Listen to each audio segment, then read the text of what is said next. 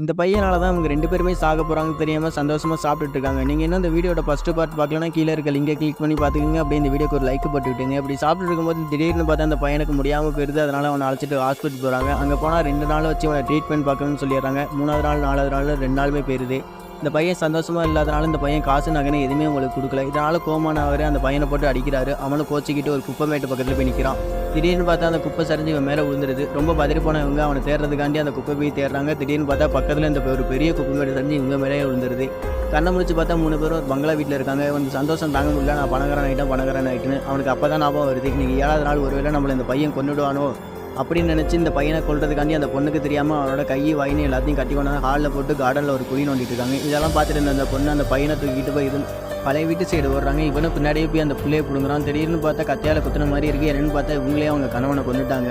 அந்த கவலையிலேயே அவங்களும் குத்திக்கிட்டு செத்துறாங்க. இது மாதிரி இன்ட்ரெஸ்டிங்கான ஸ்டோரி பார்க்க நம்ம சேனலை சப்ஸ்கிரைப்